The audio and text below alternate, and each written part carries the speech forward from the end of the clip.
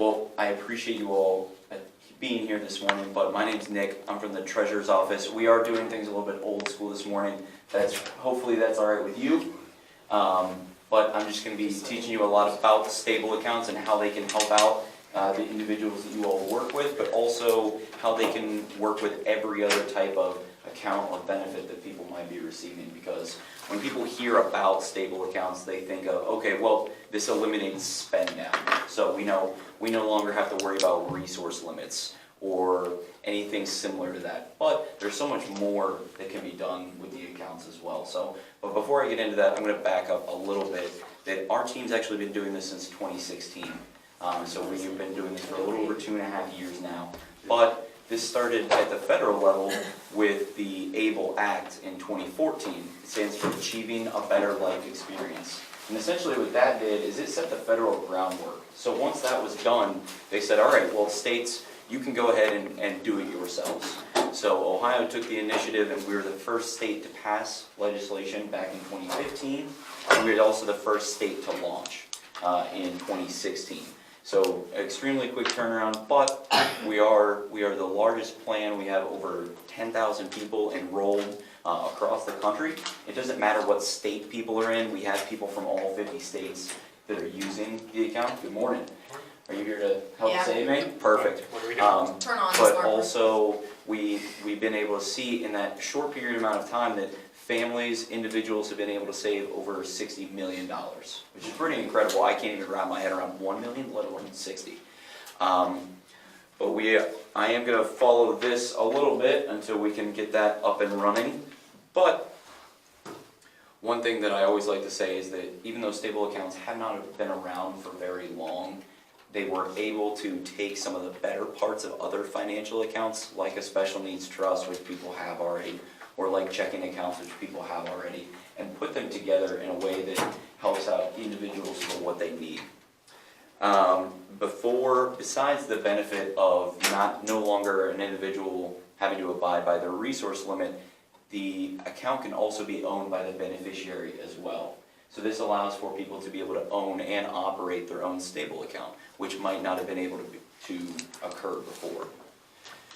Am I allowed to use the smart board now? You are. Okay, let's see.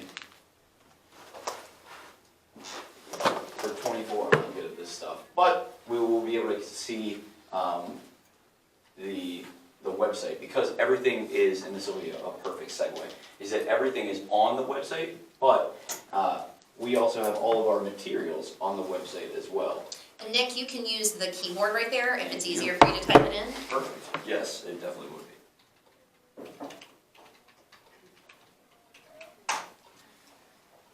Including enrollment, we also have all of our materials on the website as well. So you'll see right here is the main page of the account, and there are two massive open an account buttons. That's the first thing you see. But we're also going to go, there are a couple things I'm going to show first. Eligibility is that on the website we have an eligibility quiz, because we get questions from parents, and especially from SSAs, so often about, oh, are the rules for eligibility still the same? Have they changed? Well, we want to make it so it's as streamlined as possible. And this is a 2-minute quiz. It's all yes or no questions, and immediately answers for people whether they're able to have an account or not. So that is all done on our website. And if they are eligible, then it immediately takes them to the open the account stage. Now, the reason why this quiz is so quick is because there are only 3 or 4 rules for eligibility. The first is going to ask if they already have an account. And the reason why is because there is only one per person. That's kind of different than a checking or savings account, but individuals, they're only allowed to have one. The second rule is that the disability must have occurred or onset before the age of 26. Now, that doesn't mean that people have to be below the age of 26 to enroll either, because last year we had a 93-year-old enroll in the program. So we cover individuals of all age ranges. It's just that they are able to state that their disability occurred before the age of 26. And before the last part of eligibility I'll get into, I want to show you all our resources, because it's going to help me explain it a little bit better. Because our resources page is where everything is at. And you'll see right here is that Here's the brochure that I have on the back table, but also the presentation and the presentation outline, which you all have as well. So we're going to get this going, and a few of them I'm just going to move right past because we've already talked about a lot of this already.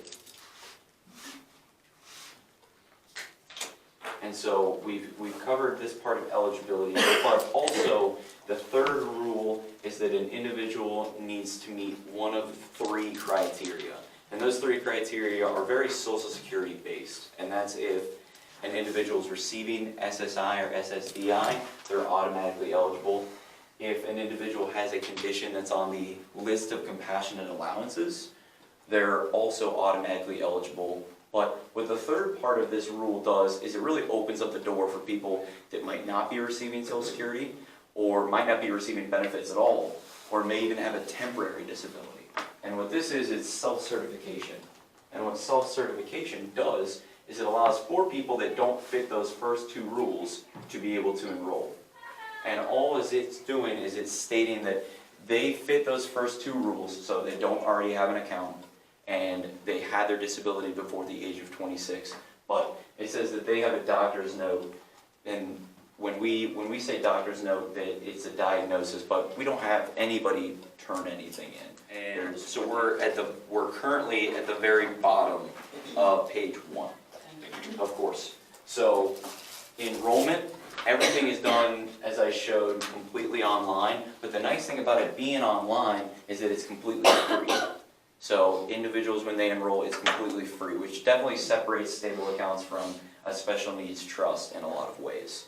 But also, we've tried to make it as quick as possible, because before people even enroll, there's a bullet list of things that they may need, information that they may need, like address, birthday, things of that nature, that they're going to need in order to enroll in a stable account. And we say that it takes approximately 20 minutes, but there's actually a YouTube video, so you can try and call my bluff on this, but there's a young lady named Darcy. She lives all the way out in California, but she has a stable account, and Darcy has cerebral palsy, and Darcy can only type with 1 finger on each hand, but she was able to enroll in less than 12 minutes, just because she is an absolute genius in my mind. But I've watched that video tens of times. It's incredible. I hope you all should as well.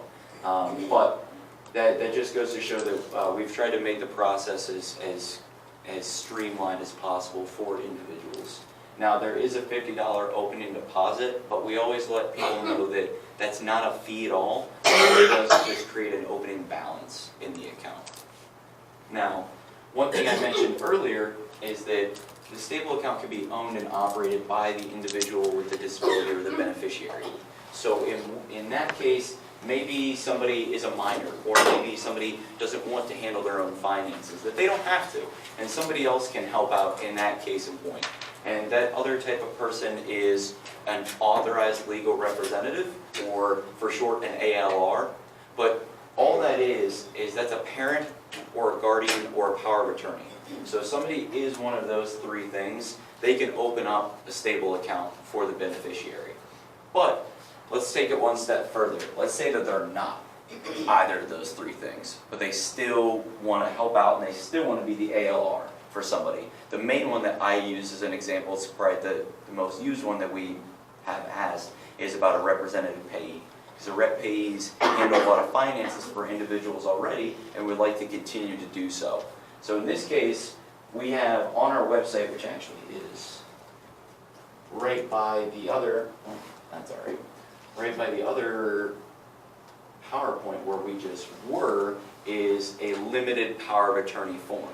And what this limited power of attorney form is it allows somebody to become the ALR, but it's only of the stable account. So it's nothing more, nothing less, but allows them to still be able to help out. And there it is right there.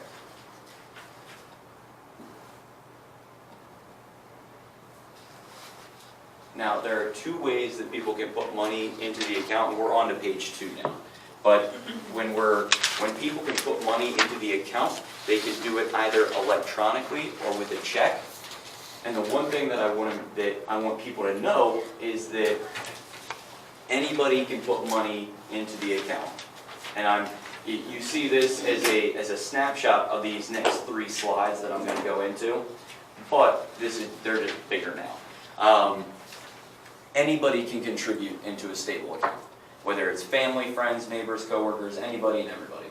But everybody that contributes into a stable account can also take advantage of a tax deduction. And so here in Ohio, if you're contributing to somebody's stable account, it's a $4,000 state tax deduction.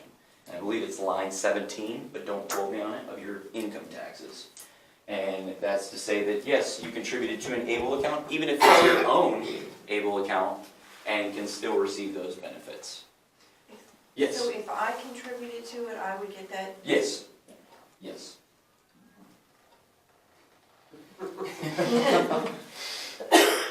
Yeah, and so even if somebody owns their own stable account and they contribute into that, then they can claim that as well. Now, there are 2 numbers that I want people to focus on, but there are 3 of them in total. The first is an annual account limit, and this is $15,000 per year.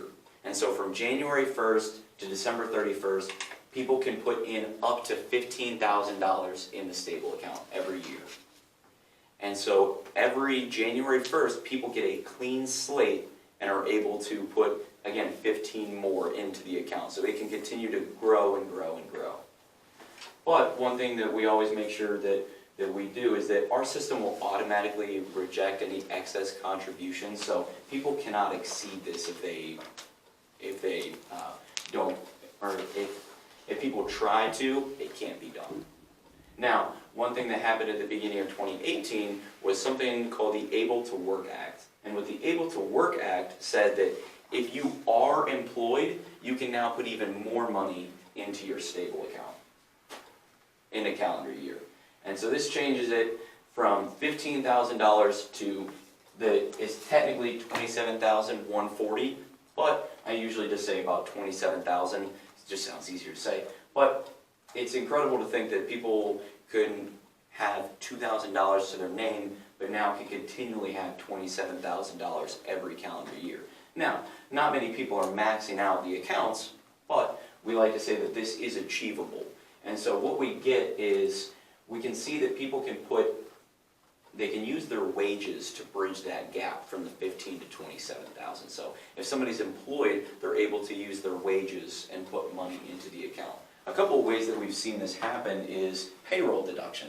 Let's say an individual's employed and they want to take some of their paycheck and put it into their stable account. We generate that form automatically for them when they request it and send it off to them, and they give it to their employer, and it gives their employer a step-by-step process on how to make that work. The second way that we've seen that done is we've actually partnered with several employers across the state where they offer stable accounts now as a 401k equivalent benefit. The reason why is because no matter where an individual works, a stable account will not be a countable resource. But under certain circumstances, a 401k can turn into a countable resource in the eyes of Medicaid and Social Security. So we don't want people to be losing their benefits, and so that's why we've been able to see that positively work for individuals. Yes? How does it grow? What are you investing in when you put this in these accounts? Oh, Where am I? perfect. Good. Nope, we're right here. So Good. we're still on page 2, I promise. But these are the investment options. So what you're looking at is 3 separate screenshots of what the enrollment process looks like. When somebody enrolls, they only see one of these. And the money can grow based on 4 different mutual funds that people can invest in. It's completely optional. People do not have to do that. There are the 4 mutual funds, and then there's a 5th option that's just a savings account. So it doesn't grow any money, it's FDIC insured, but if somebody wants to, this usually depends upon what somebody's goals are with the account. Maybe they're using it as a retirement account, or maybe their parents are putting this money away for years and years and it won't be touched for a long time, that they might want to have their money make money. And so that's why they can put it into mutual funds. And so these 4 different ones are optional, but this allows for people to be able to utilize mutual funds that they might not have been able to utilize ever before. when people enroll, that savings account option is defaultly selected. And so if people want to choose the mutual funds, they're more than welcome to. They can also reallocate their funds as they see needed as well. So let's say 6 months down the road, they're like, well, you know, I would like to have my money make some money for me. Or I'd like to give these mutual funds a shot, that they can take a little bit of it, they can take all of it, and put it into one of those. It's completely based on their prerogative. Are we taxed on the interest that we make No, on you that are too? not. And So, and what all- if he wants to withdraw or there's an emergency? No, No no, taxes? so the It's money, tax-free? it is, All of it? the earnings are tax-free. And so the reason why is that when somebody has their stable account and they log on, it looks like just still one number, it's one pot of money. But when somebody wants to withdraw it, then it just comes out of those mutual funds. So let's say, I mean, if they need to take $500 out, that they can do that. Yes, sir. You had mentioned that some of the employers that you guys have partnered with are participating in this. Yes, sir. Are they matching like a 401k if So somebody's it would making be, a contribution? yes. Well, And so- then that's a taxable, is that a taxable income then if they're matching? So no. So when they are put in, and the one that we see is UCO Industries. Uh-huh. It's a big one in Marysville. Sure. The reason why we don't have a lot of workshops doing it is because they also receive money from Medicaid, and putting that when somebody's an employer and they're also receiving Medicaid dollars, that it becomes difficult for them to do a match without it being an inducement for an individual, Right. Which is unfortunate, but that's just the way things go. So, Right. in UCO's case, that they have a large contract with Honda, and so they don't. When they receive money from Medicaid, they're able to separate it from what they're giving to Honda's paying the match basically, is individuals. that what I'm understanding? Yes, and so what they do is it's up to a 4% match of what an individual is contributing into the account. So they might not be, or if an individual chooses to put the 4% in, then they can do that as well. So it's completely based on their prerogative. But when it comes to an employer partnering with us, nobody has to do a match. It just might be offering this to people to let them know that it's available. Because as we go across the state, there are still people that after 2.5 years that don't know about stable accounts, and that's understandable.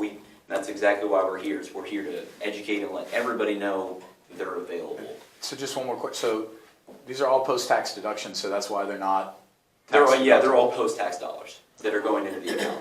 So it acts in that case, and You would withdraw it from like a Roth IRA or a Roth I 401k. was just going to say Roth, yes. Yeah. Yes. Okay. That's what it's very similar to. So some things that I want to touch on that I accidentally scrolled over, not accidentally, but I scrolled over, is that there is a lifetime limit, and that's $468,000. So again, we got to think that people have those annual limits. It's going to take forever to get to this. Currently, it's sitting at about 37.5 years if the numbers don't move, but all of the numbers are moving up. So we don't expect people to be hitting this. That's why I say that people should be focusing on those annual contribution limits.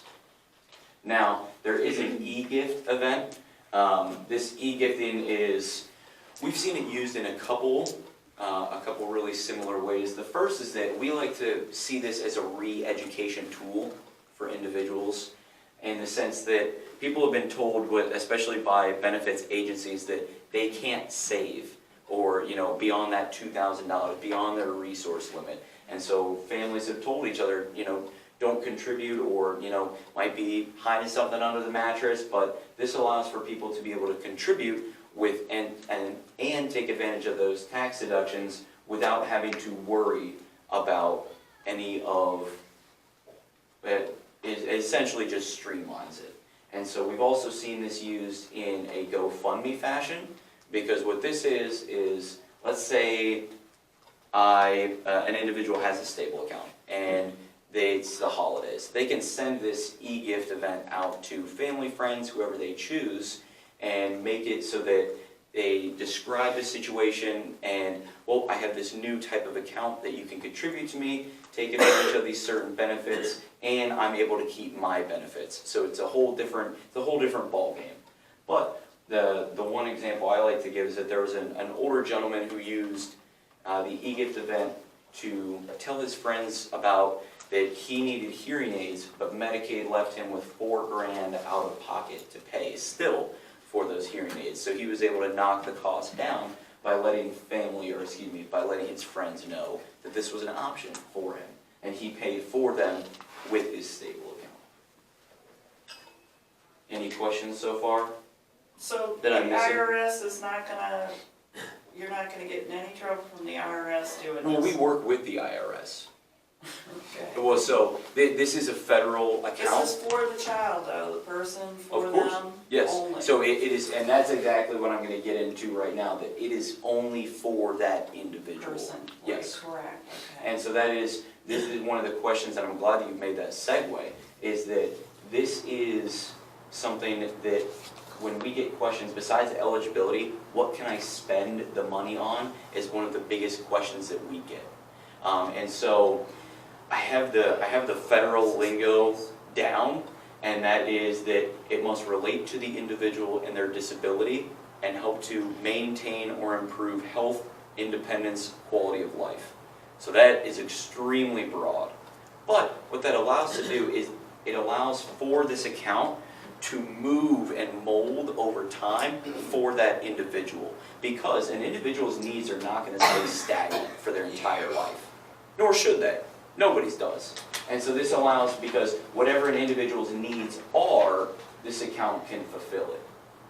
And so the only thing that we say that a certain number of things are, there's nothing set in stone that the money can or can't be spent on. But when we look at these rules here, or the two rules, and we get questions from parents, well, can I spend my money on this? Can I spend my money on that? Well, if it follows the rules, then you're able to spend the money in a stable account on that. And so the one rule that we know that people cannot spend the money on is just gifting it away. People just can't, people cannot just gift the money away because it does not relate to their disability at all. Yes, sir. So what age for parents, once they've met those three criteria, regardless of age, is when you can start contributing to that account?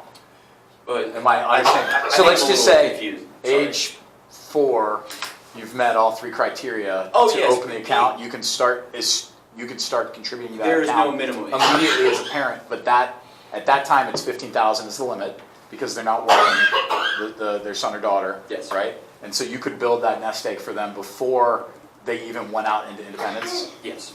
Okay.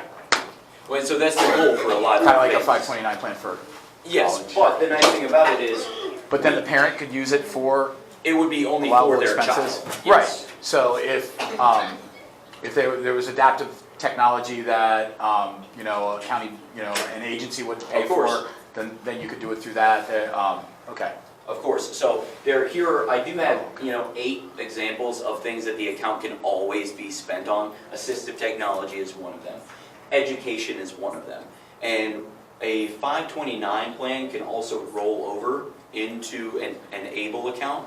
The reason for that being is that, to get in a little in the weeds, is that the ABLE Act is technically called 529A. It's a sister type of account to a 529 college savings plan. So they mirror one another very closely. But what that allows people to do is, let's say that somebody has money in their 529 account, but they'd rather be in this account. And so they can have it roll over into their stable, because it can still be spent on education, but it can also be spent on so much more. So things like housing and rent, basic living expenses like going to the grocery store. This is things that a special needs trust doesn't cover, because that's what SSI is supposed to cover. But stable accounts cover all of those bases. Assistive technology, financial management. We have seen people to where they have, they're at that $15,000 cusp of their stable account, and they use some of that money to open up a trust, because they do need to shelter more money as well. So I'm going to get in a little bit in a minute to how these different financial accounts can work together. There are 3 ways that money can be spent from the account. People can link their stable account to a checking or savings account. So that's one way that money can be put into the account. That's an easy way to put money in, but push comes to shove, that's also a way that money can be taken out. The second is a third-party check. So when people have a stable account, they don't receive a checkbook. But what they can do is they can virtually fill out a check, and once that information is submitted, our office writes a physical check and mails it for them. And so the example that I like to give with this is, let's say somebody's paying rent. And so they need to pay their landlord by this date, and they go into their stable account, fill out that virtual check, and once they submit it, we get it, write the check to their landlord, and mail it to them. Now, what this also does is it saves the information. So when they pay January rent, they need to pay rent 11 more times this year. That information's saved, they can just go in and resubmit it. And so they have all that information saved already. The third way, and the most everyday way to spend the account, is using the stable card. And the stable card is a loadable debit card. It's a Visa card. So it can be accepted anywhere that Visa is accepted. And so when I say loadable, what I mean by that is that this is optional. But if somebody would like it, that it comes to them in the mail and it has $0.00 on it. And so what that means is that people need to take money from their stable account and load it onto the stable card. The reason for that is it's an inherent security protection. Because let's say somebody has a few $1,000s in their stable account, that they might not want all of that just walking around on a card. So people can take a certain amount of that and put it onto the card, and that's all the card knows. So let's say they have $1,000 in their account, but they only take 100 of it and put it onto the stable card. That card only knows $100. So it won't spend what it doesn't have, but since it acts like a debit card, there also won't be any overdraft, no low balance charges, anything like that. There is no cash access with the account though, and what I mean by that is two things. First is that the card cannot be used at an ATM to just pull out cash, but it also can't be used at a point of sale. And what I mean by that is that when somebody's at Kroger or Walmart, that the money just can't be, once they're checking out, getting groceries, they can't say, oh, well, I'd like $1,000 cash back right now. Neither of those things can happen using the stable card. But they can buy groceries with it? Yes, so it's Just like a credit card instead of ATM card. Yes. Okay. So Cash advances. well, as long as they have that money preloaded onto the card. Correct. That's good to know. Now, what the account also does is it tracks expenses for the lifetime of the account. And so this is good for a couple of reasons, is because just like when individuals log on to an online banking account, that they see the date the money was spent, where it was spent, and how much was spent. This does the exact same thing, but it goes a step farther. And with each line item, it allows for people to notate that expense so they can go into more depth with it if they choose. But also what we can now do is people can just take a picture of their receipt and upload it, connect it to that one line item. So if somebody's at Walmart and they get their receipt, they can take a picture of it and upload it, and it would be right there with that expense. This might be going too far, but like at Walmart, you could buy a TV, and that's not a daily living expense. Is that what would happen? Well, so that's something that's an individual's or whomever that ALR might be, that's their choice. If they see that fits those two rules, Okay. that it relates to the individual and helps to maintain or improve health, independence, or quality of life, if they believe that it fits that, then they can spend the They money. make a case on for it. that, okay. As long as they can make a case for that. I'm just thinking about things that are outside of daily living expenses that would be at like a Walmart or Target. Well, so one of the biggest questions we get is vacation. Yeah, it's a great. I mean, iPad's a great example though, because there's a lot of connectivity. I mean, I think you could make an easy argument for an iPad, but like, what's the new things, the AirBuds that all the kids want? Is that That's also assistive technology, so if you Sure. can make the case for assistive technology, then that would be understandable. But the biggest question that we get is vacation. And so again, this is something where we don't answer that question because every individual situation is different.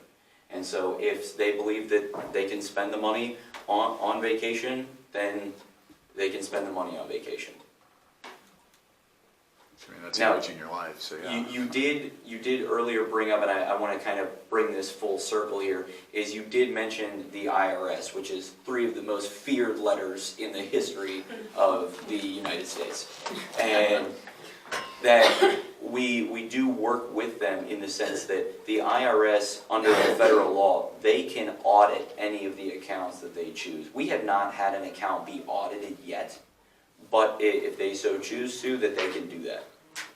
And so that's why we do encourage people to just keep to, you know, when seeing those expenses, they can notate it or they can upload a receipt. It just, you know, creates rock hard expenses. Well, the reason why too is we go to a lot of conferences, and he doesn't like to drive. He likes to fly. He wants to get there, get some anxiety sometimes to drive on in the cars and stuff like that. And transportation. So I'm wondering if that's a situation that you can use this account for too. So transportation is one of those things that is always accepted Visiting his girlfriend. with a stable account. So when we see, On the way.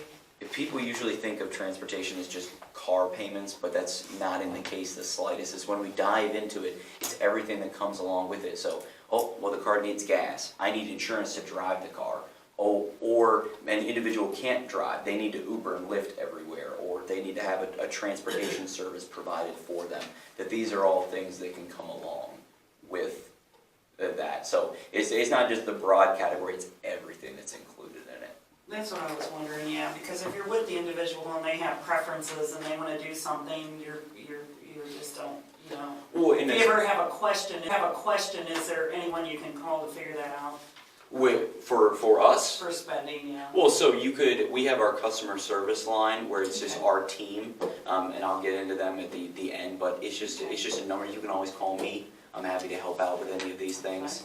But when it comes to a lot of those, and especially you mentioned kind of a caretaker role for a lot of individuals, is that that of course, let's say the individual is going somewhere, they're doing an activity, that caretaker is of course included as a qualified expense, because with that caretaker maintains or improves their quality of life and their health. So it's things that without that caretaker, that it'd be very tough for an individual to do certain day-to-day activities. Yeah, that's a great point you bring up. I was wondering about that too. And so these next couple slides I'm going to get into is about the benefits and how the benefits can really meld with the stable accounts. The first is that this is what Social Security at the federal level said, that these are some rules for them.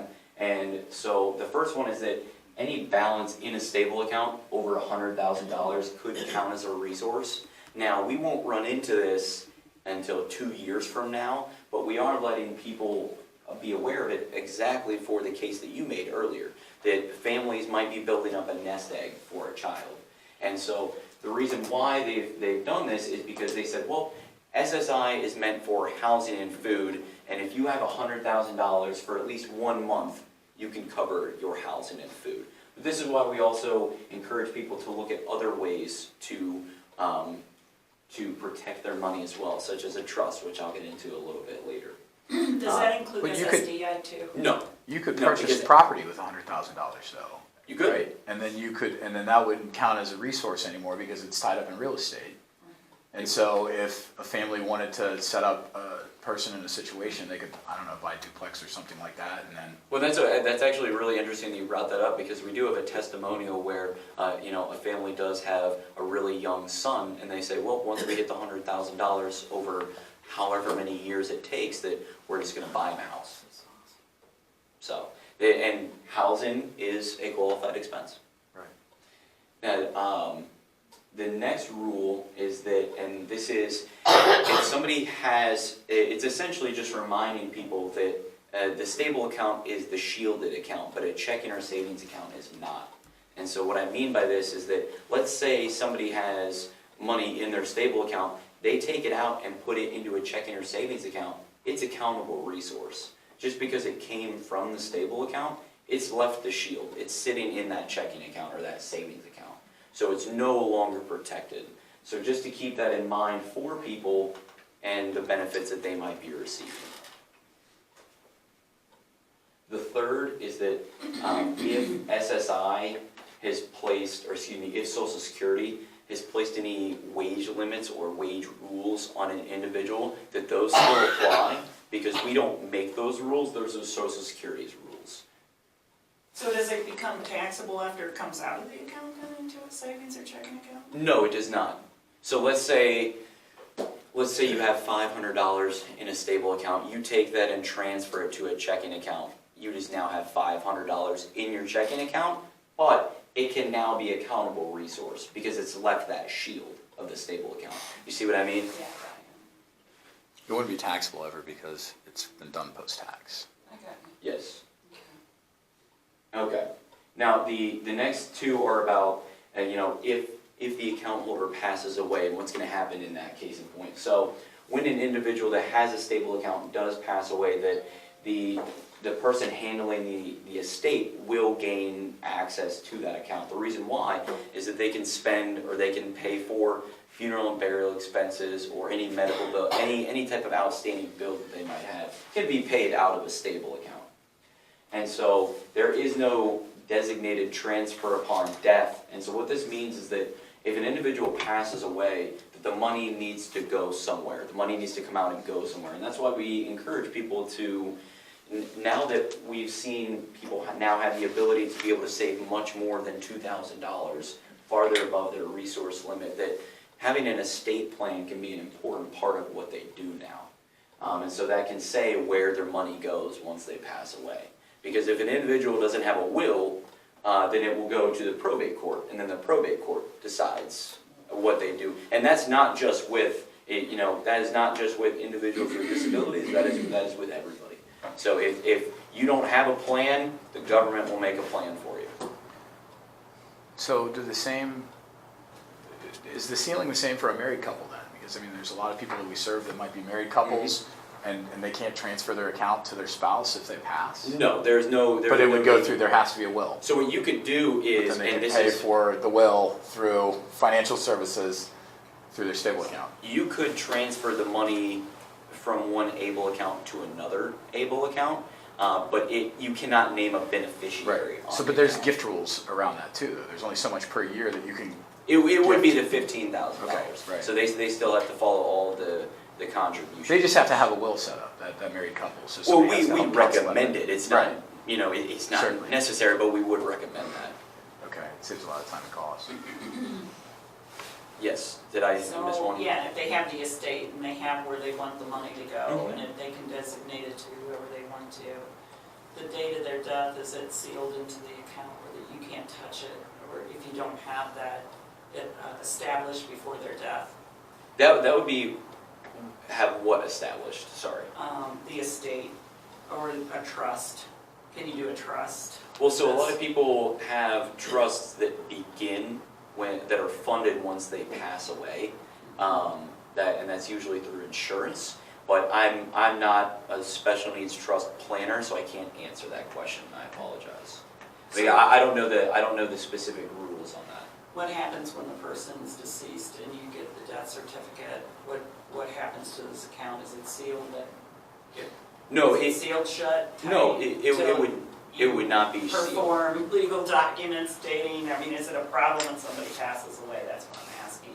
No, it's not meant to be a problem. It's just meant so that once an individual passes away, that whoever might be the administrator of that estate can pay for certain things. And so that, first off, the person would need to notify us. That's the first step of how that goes. Okay. Now, what I get a question from a lot of, especially from parents, is what happens if somebody's been receiving Medicaid. So this is a slightly complicated slide, but if we're gonna try and break it down as well as possible. When an individual has a stable account, or even if they don't have a stable account, and this is what a lot of people might not know, is that they're receiving Medicaid. Then once they pass away, Medicaid can ask for services rendered from the time that they've been receiving benefits. So this is what people like to call, unfavorably so, the Medicaid clawback. And this means that once an individual passes away, that Medicaid will ask for the money that they gave to an individual over their lifetime back. And so this does not, whether you have a stable account or not, this is something that happens. And so, anyway. Whether you have an account or not, they're gonna come Exactly. back and say, we want our Yes, so money this back. is, the thing about this is not specific to stable accounts at all, but the thing about this is that we're open and upfront about our rules and protections, and other people are not. Because when you go into, and specifically the way it's done is that state Medicaid services are provided through Jobs and Family Services. Right. And it's up to that county JFS office whether they would like to have you sign an entire sheet of paper letting you know about this and that this can happen, or just put it in the fine print. And so a lot of people unfortunately choose the latter. But we want to make people known about this because we have securities and protections in place to make sure that the individual with the stable account is not leaving anybody in debt when they pass away. Because let's take 3 different types of accounts, for example. A checking or savings account, there are no protections on it. So government gets the first swing of the bat, and if there are no protections on that type of account, then they can take a lot of that money. And then on the flip side of the coin is a third-party trust where Medicaid cannot take anything from that type of account. The reason why is because it's in a third-party name. So it's not in that individual's first name. That's the only way they can be protected from that? There's also a family trust, and I'm not certain if a family trust is 100% bulletproof, but stable accounts, frankly, fall right in the middle of the road. And so what we've seen is a few rules. First, an individual has to be above the age of 55 for this to kick in. Secondly, is that Medicaid payback can only happen if they were receiving Medicaid and had a stable account at the same time. So we've also had situations where somebody stopped receiving Medicaid services and then several years later, they opened up a stable account. And at this point in time, there was no overlap. So Medicaid could not ask any money from the stable account. So what happens is Medicaid keeps extremely good records for this exact purpose, for when this time comes. And we know when an individual opened their account and if they've been receiving any Medicaid services. So there's got to be some overlap. And so once we found that overlap, a couple things are going to happen still. We're not done. Once that overlap's been found, then all funeral and burial expenses are paid for. Any outstanding bills that they might have, rent, anything like that, those are all paid for. If somebody is buying into Medicaid, those are all added up and subtracted from the total. So we're trying to really chop this amount down to as little as possible. But after all those things are done, is that Medicaid can ask for the services rendered after that. So the purpose of a stable account is for the quality of life of that individual. It is not necessarily a generational kind of wealth building tool. Are there any questions on that? I know that was an absolute ton of information. Yes, sir. So if you get Medicaid, regardless if you're developmentally disabled or not, they can ask for that money back? It would be from the things that are in that individual's name. And that does include property as well. Now this is something that we've had to do a lot of research on because we do get a lot of questions on it. But I can promise you that Medicaid will ask for money whether you have a stable account or not. Who are they gonna ask for it from? The estate. Okay.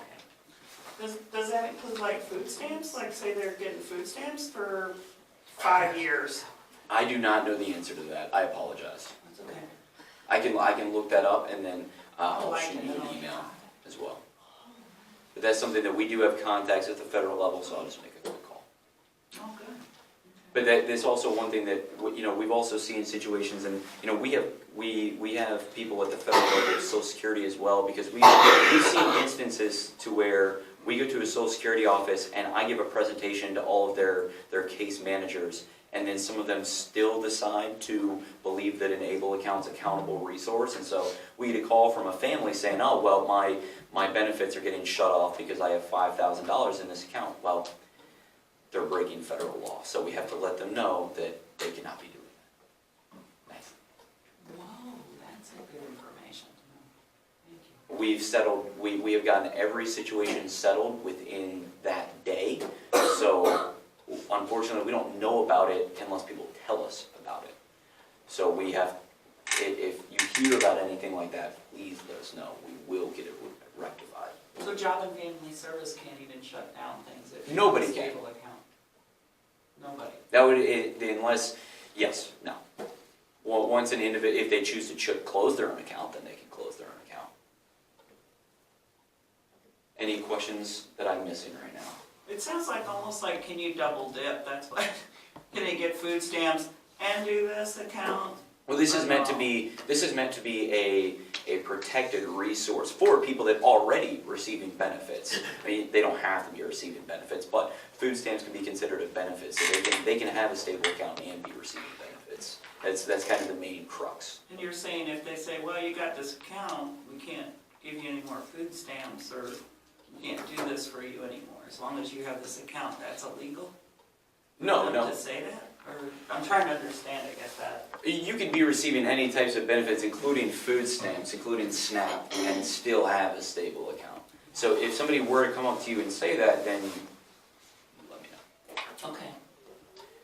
Now, there is no cost to open the account, but there is a monthly cost to maintain the account. And that's $2.50 for people here in Ohio every month. But for all the other 49 states, that it's $3.50. So one thing that I also like to let people know is that this is a not-for-profit program. So the more people that we enroll, the lower the cost gets for everybody. And we used to, when we first started, it was $5 a month for people out of state. So we're slowly working that cost down. And I will love the day when I can just get rid of that. But this is something that, you know, is continual. And we let people know when we lower the fees as well. And I only have 2 slides left, so I promise I'm almost done. But a stable account, a special needs trust, a checking account, these can all work together, and in fact, they can all be connected together as well. Because we've seen where a special needs trust can fund a stable account so that they can have a certain amount of money each year. And that's been extremely special because a stable account has the daily usage with the card, and it comes with the tax benefits, but it can also spend for things like housing and like food that a special needs trust cannot.